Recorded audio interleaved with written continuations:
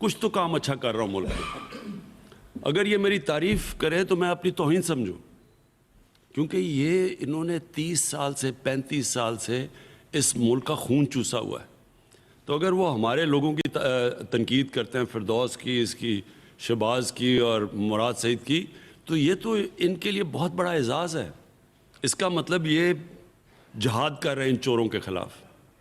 और जहाँ तक अंदर है, बदकिस्मती से ये तो होता ही है पॉलिटिक्स में, अंदर एक पार्टी के अंदर भी कंपटीशन चलती है, क्योंकि ये कोई रेजिमेंटेशन तो नहीं होती है, कोई एक डिक्टेटरशिप तो नहीं है, तो इसमें तो ये चलता रहता है, इसकी कोई फिक्र नहीं करनी चाहिए। पीएम साहब, मेरा नाम मोहम्मद शाहिद चौधरी है और मेरा ताल्लुक 92 न्यूज़ लाहौर से है। पीएम साहब कहते हैं कि ज़माने भर के जो मोतबर हैं वो खुद लरजते हैं आइनों से, कोई तो इनका हिजाब पलटे, मैं इनका रोज़े हिसाब देखूं।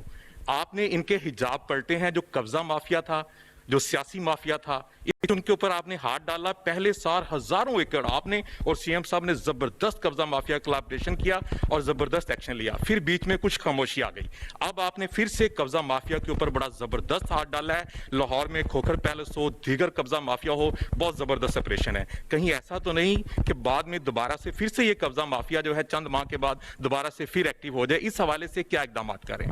पाकिस्तान में जो कब्जा माफिया फैलते गए हैं, बढ़ते गए हैं, उसकी बहुत बड़ी वजह ये है कि ये कब्ज़ा माफिया के पीछे सियासी रहनुमा, बड़े बड़े पॉलिटिशियंस, बल्कि पॉलिटिशियंस खुद कब्ज़ा माफिया का हिस्सा बन चुके हैं, वो खुद ज़मीनें कब्ज़ा करते हैं।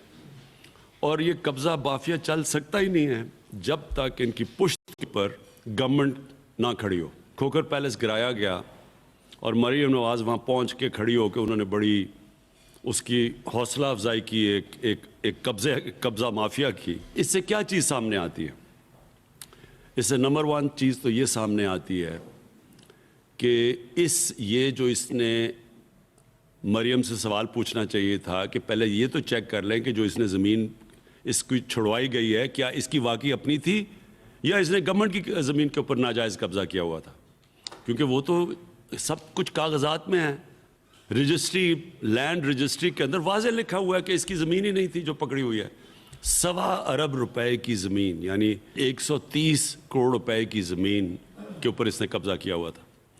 और वो मुल्क की जो अपने आप को फ्यूचर लीडर कहती हैं और एक करप्ट आदमी जो कि मुल्क से फ़रार हुआ पैसे चोरी करके, उसकी बेटी उसकी हिमायत कर रही है जिसने 1.25 अरब रुपए की गवर्नमेंट ज़मीन के ऊपर कब्ज़ा किया हुआ था।